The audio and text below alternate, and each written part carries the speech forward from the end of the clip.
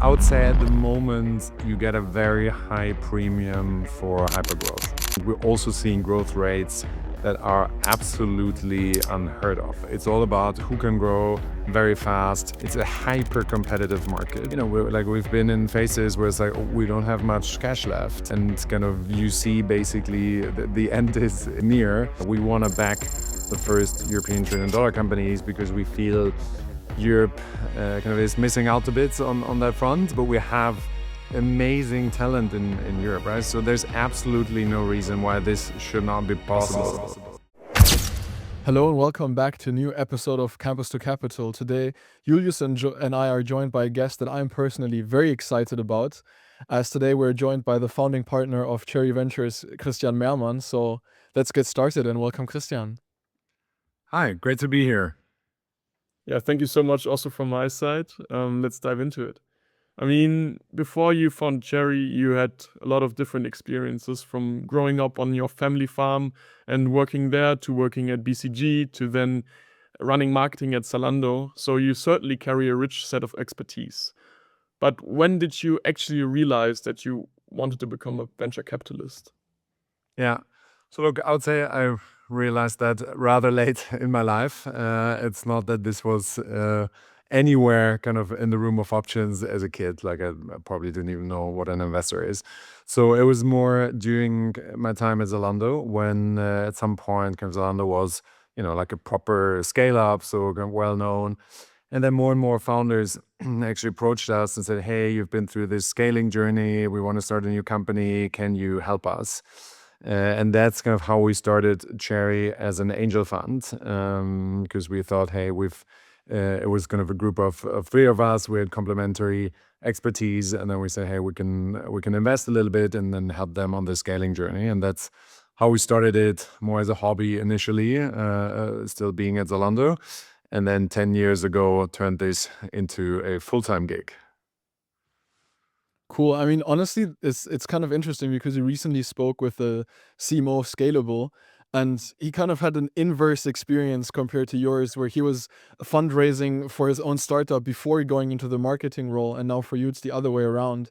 And I mean, when you were the CMO at Zalando, you had a massive marketing budget, spending 250 million euros per year on marketing, and you helped the company to scale from very small revenues to a 2 billion euro market valuation at IPO, and also launched the brand across 15 different European markets. So maybe looking at the experience on how it works from being a CMO and then going into venture, what did that period at Zalando teach you about brand distribution and speed that still shapes how you back founders today? Yeah. Look, first of all, I think kind of what I learned as Zalando is how important, on the one hand, brand is as an asset kind of to you as a founder and as a company, and then also how important it is to manage growth in a scalable way, right? So when we now look at companies, it's obviously always about like, how do you grow? How do you get to hyper scaling mode? And if founders don't have a good answer to that, it's obviously a problem. And at Zalando, we were extremely analytical in marketing, which was a little bit kind of, I would say, almost an innovation. So during my studies, I did have marketing as a major, but it was very much marketing strategy. And, everyone who had finance was always making fun of us that we were just kind of in La La Land designing how a brand looks like, and that this is not analytical and all of that.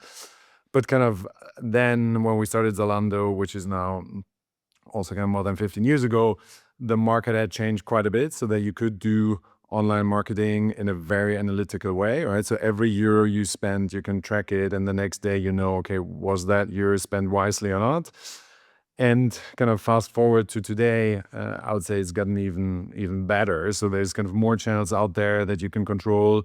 Obviously, if it's B2B, there's kind of product-led growth. If another lever, this can also be kind of managed and steered in a very good way. So I think having this kind of very analytical and structured mindset about growth, that really helps you set your company up for success and have this in an amazing, scalable way. Because otherwise, if this is a bit more, hey, I have 5 sales guys and they will try to sell a product, it works, but it only gets you so far.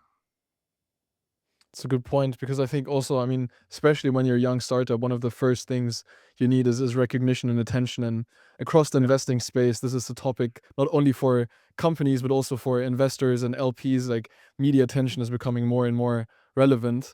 And I mean, you just also had your annual conference in London this week, Yeah. and one of your most prominent claims is at Cherry that founders first, investors second. And looking at your portfolio companies, obviously we don't want you to be playing favorites, but could you maybe introduce us to one or two of your portfolio companies and tell us why you decided to invest in them and why they will be successful?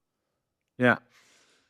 Look, so when we kind of invest, it's usually very early on in the journey of a founder, right? And then what it comes down to is mostly the team, right? So do we believe this founder or this group of founders is exceptional, right? So we see more than 10,000 companies a year and only end up investing in 12 to 15. So it's quite a quite a sharp filter that you need to go through. And if we pick out one, for example, Dash Zero, so Muko, the founder, is a serial entrepreneur. He's now on his third company. So he's built two companies before the previous one. He sold for 500 million to IBM. Then he had made it basically, right? So kind of made a lot of money. Thought, okay, now I'll basically retire and see kind of what life brings. But then at some point after 2 years, he was like, oh, like I'm getting a bit bored. And at the same time, there was a new technological trend in his area of expertise, which is observability. So the way you monitor your code and make sure everything you have as a tech company is working properly in tech. And this trend was open telemetry, so a much kind of better way to monitor everything. And he saw that coming, and he was like, "Look, this is going to be huge, and I want to do it again." And I think the good thing there, and that's something that I really loved, is his ambition level, right? So he had exited a company before, he had made money. So it's now more about, hey, I want to win big time, right? And I want to IPO this company and I want to go all the way and make this a huge success. And that is obviously kind of an extremely strong sign. And then kind of if you see him in action, how passionate he is about it. And he's an engineer by training, but he's also very good in sales, which is a very rare combination. And then just the more time I spend with him, kind of the more conviction I got, right? So and then it was pretty clear, hey, we want to back this guy. Wasn't so easy because we were obviously not the only ones who wanted to invest. So I had to kind of fight our way in, but are now kind of super happy shareholders, and kind of after our first round, he has kind of raised another two. So yeah, I'm kind of very, very excited about the journey. It just became a billion-dollar company, and there's obviously still much more ahead of them.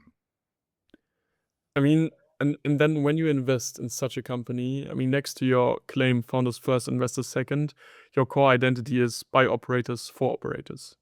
So, I mean, we talked to several VCs in the past, and it is always very interesting and fascinating when they talk about their own competitive mode. And I mean, you just said it. It's like difficult to write a check and actually get the investment done. So in a competitive seed landscape, every fund claims they add value beyond capital provision.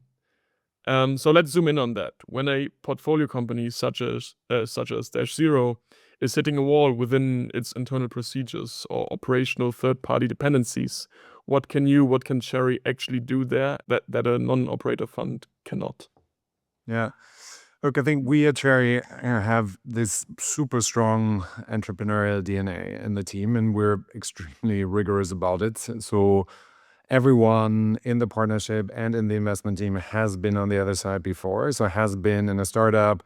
Like one of my partners was part of the very early Spotify team. The other one was building out Uber in Europe. So we all have that same DNA, and we believe that is significantly different from someone that has just been on the investor side.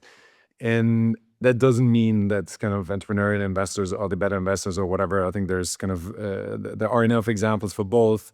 But we believe, look, we've been through the whole roller coaster of building a company, right? So there are always days when you think, hey, amazing, I've made it, and then 12 hours later, you're like, oh shit, like we have a massive issue, and we've been in phases where it's like, oh, we don't have much cash left, and and kind of you see basically the end is near, and then you need to fight around it. And I think having been on that side, having been in this journey, makes a huge difference. So if a portfolio company gets to a similar point, which obviously kind of happens, I think first of all we understand the situation better. So just applying more pressure on the founder just doesn't help, right? So I think you can always be assured that the pressure is massively high on a founder if they're running out of cash. So just kind of asking 100 times, hey, have you received the term sheet and why not? And you need to move fast. That's not going to change anything. So I think with that kind of mindset, we can rather sit down with them and say, look, what can we do? Let's just open all options. Let's put them on the table. Okay, do you need to change something in your go-to-market? Do you actually have full product market fit, or have we all just been believing we have it, but like if we look at it, there's no real pull? You need to kind of push people into your product, and then they churn still after years. So then you probably don't really have product market fit, right? So figuring that out together with the founders and having very honest conversations, I think makes a big difference. And then I think the other element of our entrepreneurial DNA is we have a fairly big team, what we call strategic resources, that helps our portfolio companies to be successful. So that means we have a whole talent team that helps them recruit, especially in the early days. Look, if you're a seed stage or even pre-seed company, you don't even have someone that manages HR and recruiting for you, right? So it's either you as a founder do that on a Friday afternoon when you're already completely exhausted from the week, or like it's an intern doing it. I mean, yeah, you can do that, but it probably helps if we have here 3 people on the payroll that do that for you for free, right? And send you super qualified leads. Then we have the same for communications. So we help you position your company in the media, like what's the best story, like what are specific elements to then kind of be out there and communicate them. The same for finance. So if you need to raise debt or the next equity round, like we make sure the pitch deck is amazing, the data room is in perfect conditions. So all of that is what we bring to the table, because we have seen ourselves as entrepreneurs that this is super important and ultimately makes a big difference. Certainly. I mean, I see how relatability is key here. And from the perspectives of a founder, I think that's something that you really need at the start to not feel entirely alone. But I mean, maybe let's also look at your strategy of capital provision, because obviously at the start there's no way around it. You need wood to fuel the furnace. And Yeah. you typically write ticket sizes between 2 to 7 million and then push for larger seed rounds to guarantee some leeway and runway for founders to actually have time to hit the ground running. But I mean, a lot of other venture capital funds, they preach lean pre-seed rounds to avoid dilution. And maybe as a contrarian take, why do you strongly believe that a larger capital cushion at the start is actually better for founders' long-term equity and focus, so they don't feel maybe over-rewarded at the start? Yeah. So I would say if you look at the current market, we are in a market where it's all about growth again, right? So it's all about who can grow very fast. It's a hyper competitive market. So like if you build something, you can be, if it's a good model, you can be pretty sure someone else somewhere in the world is building the same, right? And if then, let's say someone builds that in the US and raises 5-10 million on day one because someone as a VC kind of believes in that, gives you that money, that team can scale much faster than if you raise a 1 million pre-seed round, right? It's going to be tough to catch up.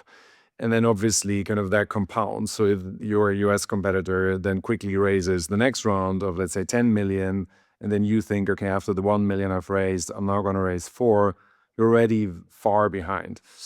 And in such a game where it's all about fast growth, who is the first, who's the number one in the market, I just don't think it helps if you raise just very little money and maybe you save 2 percentage points on dilution. It's just not worth it, right? And also I would say if we kind of invest and let's say we do a bigger seed round, that doesn't mean it comes at a horrible dilution, right? It comes at the usual dilution, right? That's basically given by the market. So in the end, I don't think you dilute actually more. So yeah, I would always optimize like what's your goal, which is, okay, I want to build kind of the market leader globally. And then it's all about, okay, how can I do this the best way possible, and how can I make sure I have sufficient funds to also not to worry about fundraising all the time, right? So if you only raise a little bit from angels in the beginning and then 9 months later you have to raise again, fundraising always takes time, right? You need to prepare a pitch deck, you need to talk to a bunch of investors. So rather take a bit more money in the beginning and then have 18, 24 months of runway, and you can really focus on the business. That's definitely worth it.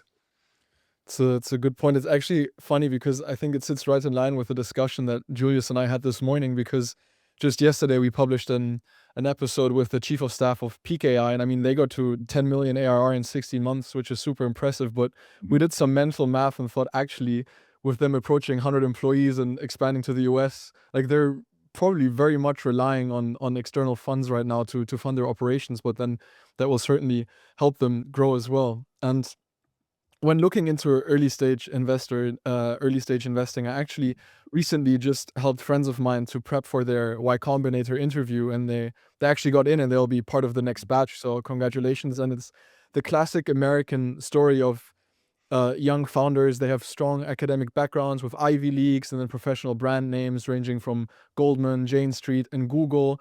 And then in the US, that's often already sufficient to open the gates to institutional support. And I mean, you at Cherry, you look at roughly 10,000 startups a year and then decide to back 12 to 15. So, and you've also stated that the top three criteria here are team, team, and team.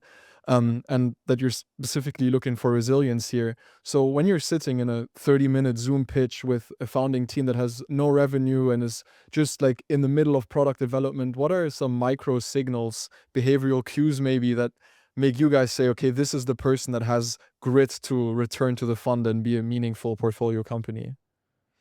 Yeah. Look, I think when we talk to founders for the first time, I mean, you look at many different, or you try to discover many different signals. So one is, what was the passion and motivation and drive of that person, right? So are they really in this for the long run? Do they have the hustle, the grit, the resilience to do this also when it gets tougher, right? Because it's never a straight line to success, right? I mean, that's always, if you look at companies, you always think, oh, wow, let's say Anthropic, that was always easy, always a mega company. No, it wasn't, right? So it also took them a while until it took off, right? And for many years and months, it looked like OpenAI is the clear kind of leader in the game until they were able to turn that around. So I think we want to see that people can go through thick and thin and are extremely driven and motivated, even to a level where it's a little bit, okay, are they dying to win, right? And are they absolutely driven and passionate by whatever kind of their goal is, right? So if it's in healthcare, they're more like, okay, hey, I want to make sure people live longer or have a better life. If you build something in fintech, okay, people are probably not going to live longer because you've built an amazing fintech product, but companies run better or more efficiently, and you're creating value there. And if you're passionate about that, then that's exactly what we need, right? And so I think it's about that. It's then also a bit about, especially if it's younger founders, like, what is your background in that sector? Like, it doesn't, for B2B, it's a little bit more important than for consumer. For consumer, we also see founders that have no clue kind of in that market go in with a fresh mindset, which is sometimes better, right? Because then you're not thinking too much in restrictions of the market. And that can work well. And B2B, ideally, you are somehow familiar with that market. And that doesn't mean you need 10 years of experience in that market, but that can be, hey, I've done an internship in this and that company. I figured out this is a huge problem, so that's why I'm tackling this. And I've interviewed 40 people in that industry, and this is what clearly came out of that. So we want to see that you've really assessed the market and are sure you know that this is a real problem, you know how to navigate it, and can show that you're bringing clear value with your product. So those are things that we look out for. Then if it's a team of founders, we also look how are founder dynamics, right? So how do they kind of interact? We've seen founders, they talk above each other, and you're like, okay, hey guys, like we want to see kind of, this is very much a team in sync, ideally a team that knows each other for quite some time, right? So that not one's the first surprise or challenge comes up, you see, oh, they actually disagree on this, right? So because if you know each other for long, you know how the other one's going to react and how to maneuver a difficult situation. So those are all things we look out for. And then obviously in the background, we do the analytical work on, is the market big enough? How does competition look like? And do we believe this team stacks up towards competitors and has a chance to win on that model? I think this is super interesting since you just described that it's not only data driven, but you actually look at like the interhuman relationships, which are mostly underrated as well. Yeah. But now if we look at Cherry and look where you are dispersed across Europe, I mean, apart from your office in Berlin and Stockholm, London has become a super vital hotspot for Cherry. I mean, you hosted your summit there 2 days ago, I believe. Correct. Shout outs to the ETN boys, by the way. Yeah, they were there on the ground. That was Yes. that was fun. Yeah. Sort of the role models for us after TBPN. Yeah.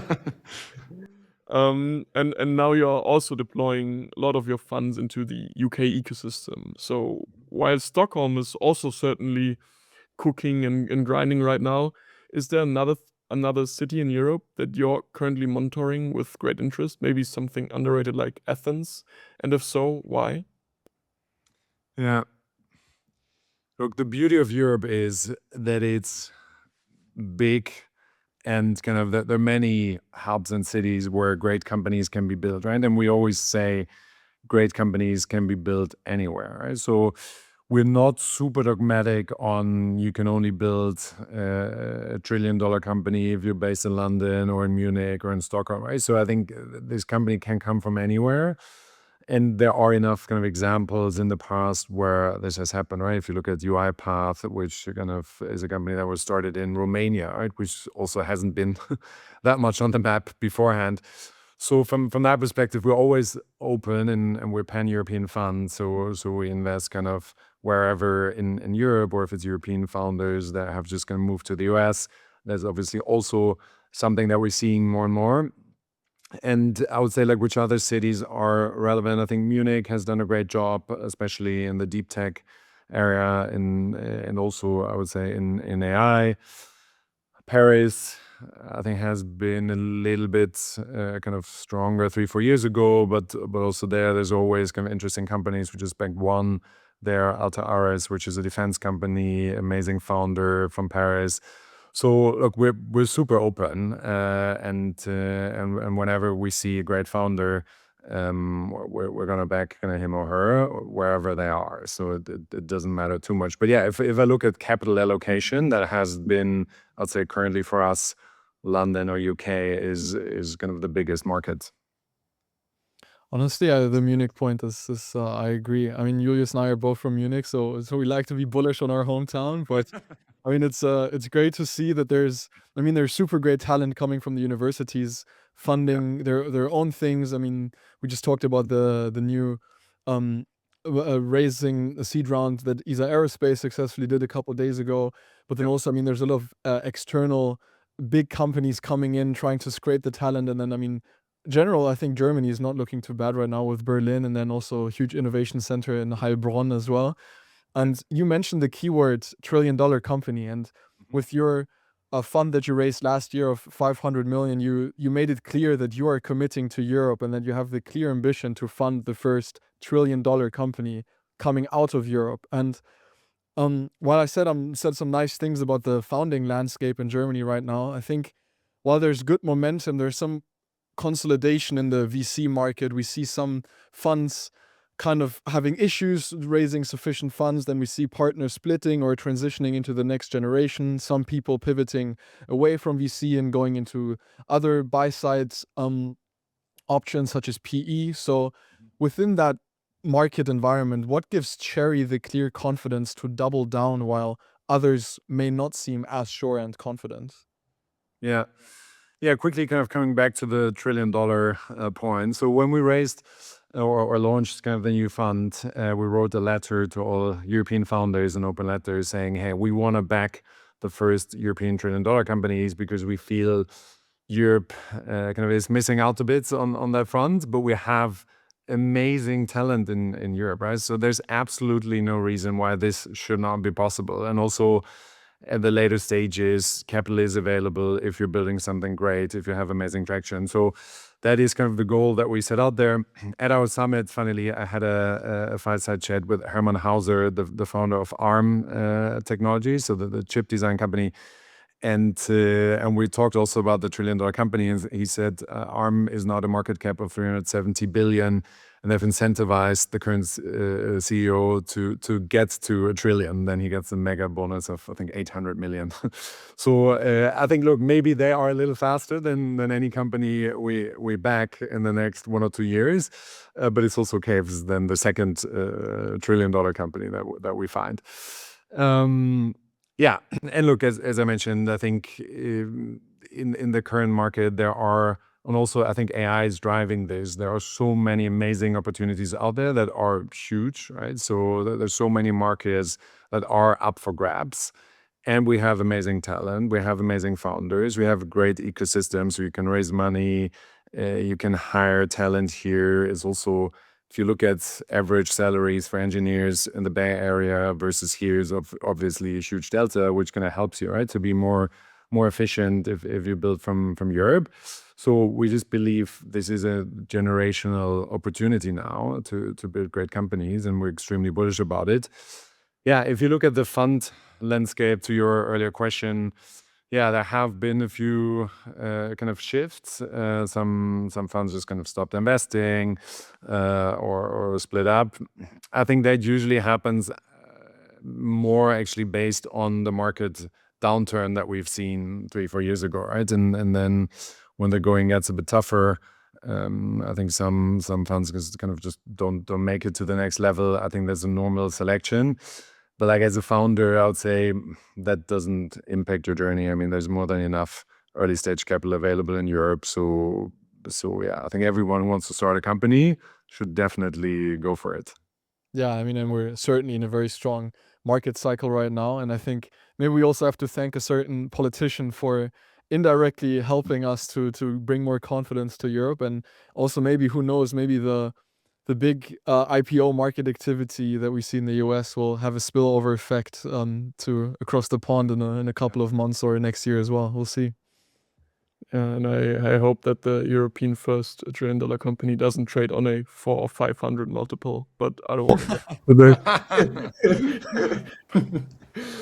to. So maybe we can switch to a different topic, probably the elephant in every investor's room, AI. I mean, you've backed a couple of companies, or like you're largely exposed to AI as well with your portfolio companies, with Black Forest Labs, Forgent, Audace Zero, as we talked about. Yeah. And when we look at Europe, I do believe that Europe's strongest AI opportunity isn't to compete head-on with OpenAI or Anthropic. I think this isn't possible at the foundation model layer, but to win in applications and vertical use cases. But then you look at companies like CodeSphere in Germany, for example, which I find very interesting. They recently secured a major government-related sovereign cloud and AI infrastructure tenders. And Mistral in France, for example, which is becoming a key sovereign AI player. Does that suggest that Europe's real AI edge is not only the application layer, but also the infrastructure layer for regulated government critical AI? And apart from that, are there any other industries in Europe, could be manufacturing or logistics or fintech with Revolut, that are riper for an AI agent overhaul than their US counterparts? Yeah, look, I would say there are some kind of industries or models, if you take kind of defense, that have like a very high sovereign aspect, where you say, before I kind of use a Chinese or American model, I'd rather actually use a European one. So I think that basically gives you the very clear reason to exist for companies like Mistral, and that this kind of trickles down into to compute and hyperscalers that you want to be European. So I think that there's clearly a market for that. On the other hand, also, to be fair, for many other use cases, that does not apply, right? So then it goes more for, okay, what's the best model in the world? What's the cheapest solution? And I would say so far, the focus hasn't been as much on actually what's the cheapest solution. It has been more on, okay, what's the best?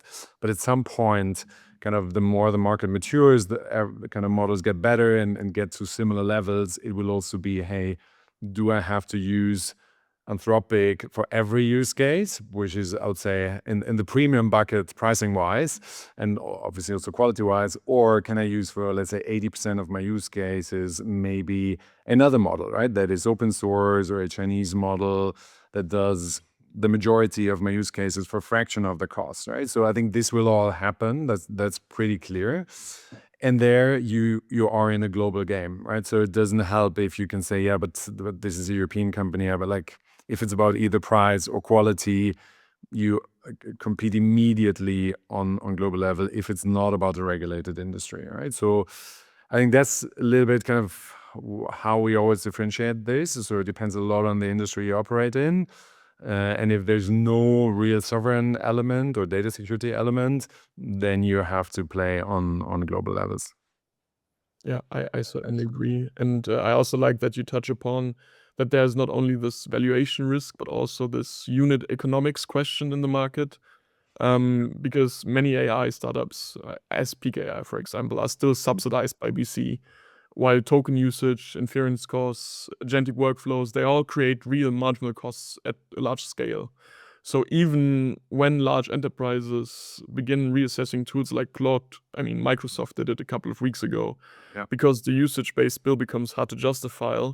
There are also some companies, like I listened to the most recent 20 VC episode with the Mekoro founder, and he said that they are spending more money on AI agents than on headcount. And he thinks that in 3 years, this will be the case for every S&P 500 company. I don't know if that's really realistic, but in regards to that, is the market pricing AI startups too much like traditional SaaS companies before they know that the margins actually work?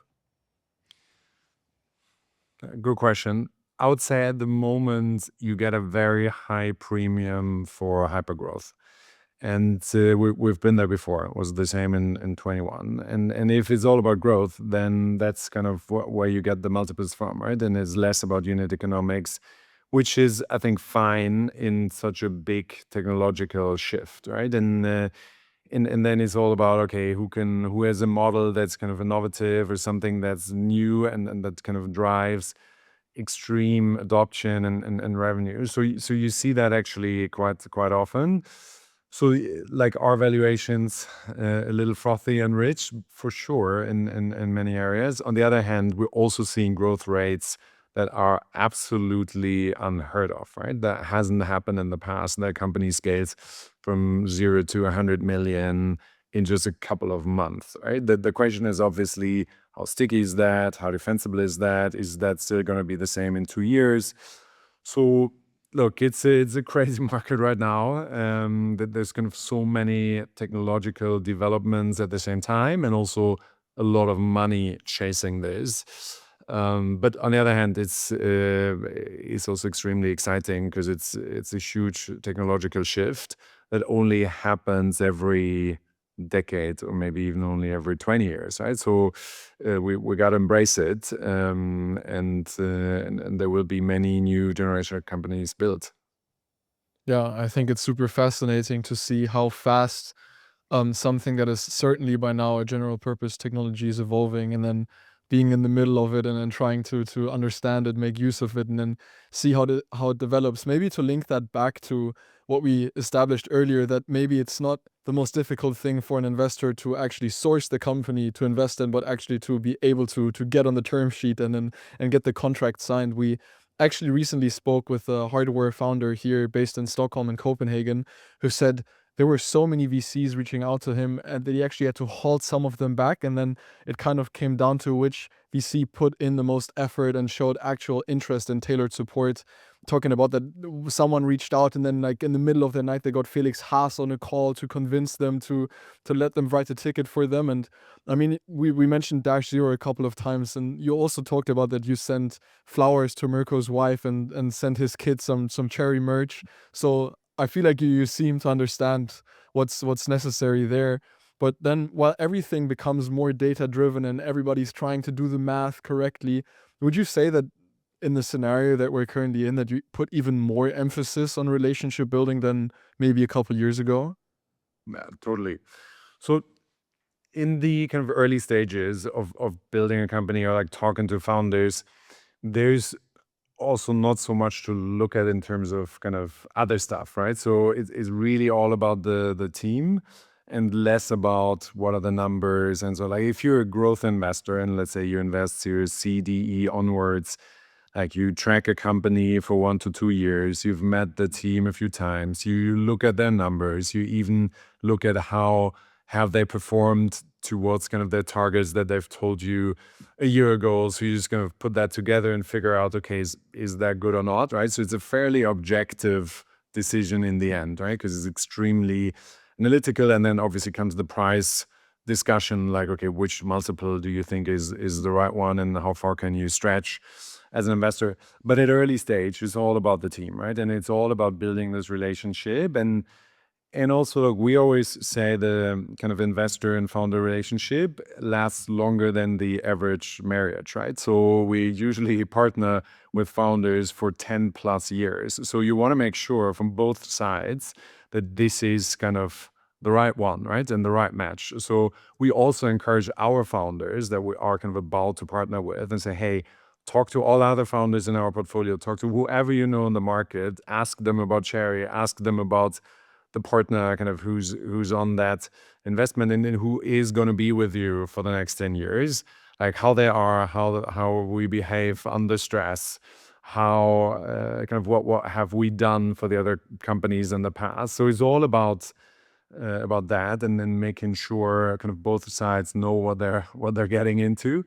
And then obviously when it's about, hey, kind of a founder has 6 other term sheets, and I think we try to show kind of our value with introductions, with our strategic resources team that I mentioned, in hiring, comms, and sometimes they just kind of start hiring for that company before we've even signed a term sheet, just to show kind of how we're in this as a game.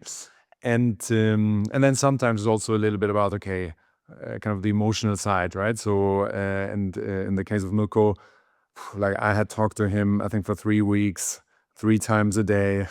And then at some point his wife was like, hey, you're talking to Christian more than you're actually talking to me. So it's like, ooh, we're getting into difficult territory. So I thought I'll send her some flowers to make up for that. And yeah, I think that's also just a human element that you have to have in those phases. Yeah, I mean, I guess the more synergies you can realize between a portfolio company and a fund, the better. But obviously, it comes down to the human aspect. I mean, Julius and I will be off to our summer internships next week, and it's like when I speak to my future colleagues, they always tell me, "Yeah, Konstantin, of course, like you need to show up and you need to be able to do good work." But in the end, like the decision if you want to make your job offer or anything will come down to, do we actually like sitting next to you for most of our time during the day? And maybe to get back into what founders bring one last time, because we talked about that a lot today. I mean, you observe that while AI puts a lot of markets up for grabs, that there has been a market shift from very execution strong founders with a business background towards a desire from investors also to see more technically capable founders. So we have an audience of students and young professionals, which a majority study at business school or work in finance, consulting, and in these industries. So, for those of our listeners who are interested in maybe going into entrepreneurship or are going into the buy side and working into venture capital, so how can they position themselves to become successful with these goals when they don't have the technical capabilities that someone like you might be looking for? Yeah. Yeah, first of all, that has changed over time also, right? So I'd say 10, 15 years ago, when it was probably more than 15 actually, to 20, when it was in Berlin, so the big times of Rocket Internet, right? So I think their technical expertise mattered less for founders. It was more about, do you have the execution skills to scale a company very fast? Because it was mostly consumer. It's always a land grab game. You got to make sure you build the number one in that market, because otherwise, like, there's no chance in winning. And then it was more like, okay, where is kind of a good execution heavy founder pair that person with the CTO and then off the go, right? So that has changed massively. So what we're looking for is founders. Look, ideally there are kind of engineers by background, but obviously not every founder is. And I think the AI world has one advantage, which is also as a non-technical founder, you can do a lot, right? I think the flip side is you still need to have very high technical understanding and you want to do that, right? So if you're just a business student and you love finance and you just want to start a startup because that's the fastest way to make money in your mind, that's probably not the best motivation and the best recipe for success, right? So that doesn't fly. But if you're really willing to understand things technically, you learn how to use Claude Code, dig deep, understand it, like what is important, how do I hyperscale, how do I get to a great product, what's needed kind of in terms of hiring on the engineering side. So how do I bring on the best people for that? I think then you have amazing chances, right? And I think also for everyone that has finished kind of the business studies, I mean, the ship has sailed, right? To say I study engineering now, but I think it's okay, right? You just have to have that hustle and grind to go deep and be very open for that technical understanding. And sometimes I see that kind of missing in some founders that are really just kind of, okay, yeah, I want to make money and I have the CTO and he takes care of it. That doesn't work, right? So you really need to understand your product and really need to understand what do customers want? How can I meet that? How does that kind of work together? If you're not willing to engage in that technical discussion, you're not going to build a successful company. Yeah, I think this is very forward-looking, and I really like that perspective. I think there's no way around being or having somewhat of a technical understanding these days. Well, Julius, you've also spent a lot of time with Cloud Code recently. Yeah, I mean, if you reach the point where we have to decide about the top up credits. Yeah. So this, I mean, this was a very, very interesting conversation so far, and we would like to round up the episode today with somewhat of a personal question. Because in a different podcast, you gave a warning to young professionals wanting to join a fund like Cherry about somewhat the psychological reality of VC, because traditional jobs have a 24-hour reaction cycle. But you just mentioned you plan to partner with startups for 10 plus years. So VC has, I don't know, on average, probably like a 5 to 7 year feedback loop. So how, like on a personal level, do you evaluate performance or maintain motivation when you won't know if your investment decisions were actually brilliant or also disastrous until nearly a decade later? Yeah. Yeah, good point. So as I mentioned, the startup journey is always a roller coaster, right? So that means feedback cycles are extremely long, right? So until a company has IPO'd or exited, you basically don't really know, right, how they're doing. Obviously, like what are then milestones you can measure it on are kind of follow-on rounds, right? So if we invested seeds, then your next step is have they raised a great Series A from a very good investor, kind of, good amount and size of that round. So that's the next validation point, but it's also only just one single validation point, and it can be completely different 1 year after, right? And I think, and sometimes we see this that people are like, wow, my portfolio company has raised an amazing Series A. Like, yeah, that's great, but it doesn't mean the company has made it, right? So we're still very far away from that, and we're also quite clear on that, right? I mean, we have a graduation rate of 85% from C to A, right? So for me, raising an A is like, if that doesn't happen, then we've probably made a mistake beforehand, right? So like raising a Series A, that's almost a given. And I think then kind of the magic happens afterwards, right? So does the company really kind of hit a great kind of growth trajectory? Does it compound over time? Are they great in shipping products? So yeah, these feedback cycles are long. We're talking about 7 to 10 years. So what does that mean for someone joining a venture firm? I think Look, theoretically, it's always an amazing job. You're going to meet many smart and motivated people as founders.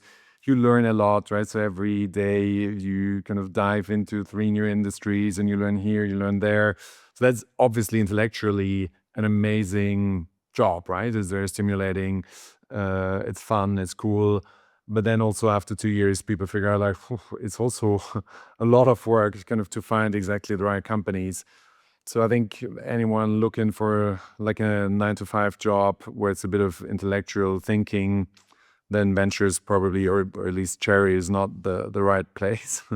We believe kind of it's a grind, right? So kind of we need to find the best founders in Europe, and that means a lot of work, right? So that means scanning through 10,000 decks a year, figuring out what is also thematically something we want to back, and then let's figure out what are the best companies doing exactly that in Europe. So it's a tough job. It's also very rewarding on the other hand, right? So once you see a company thriving, you're like, wow, that's amazing to see. It gives you very positive feedback, but it takes a while. So you need kind of that level of resilience. Otherwise, you get quite frustrated quickly in the VC job. I think this is a very inspirational closing note to us and our listeners. So, thank you so much, Christian, for your time. This was a pleasure. I really enjoyed the episode. Likewise, yeah. Thanks for having me. That was Same cool. goes for me. Thank you so much.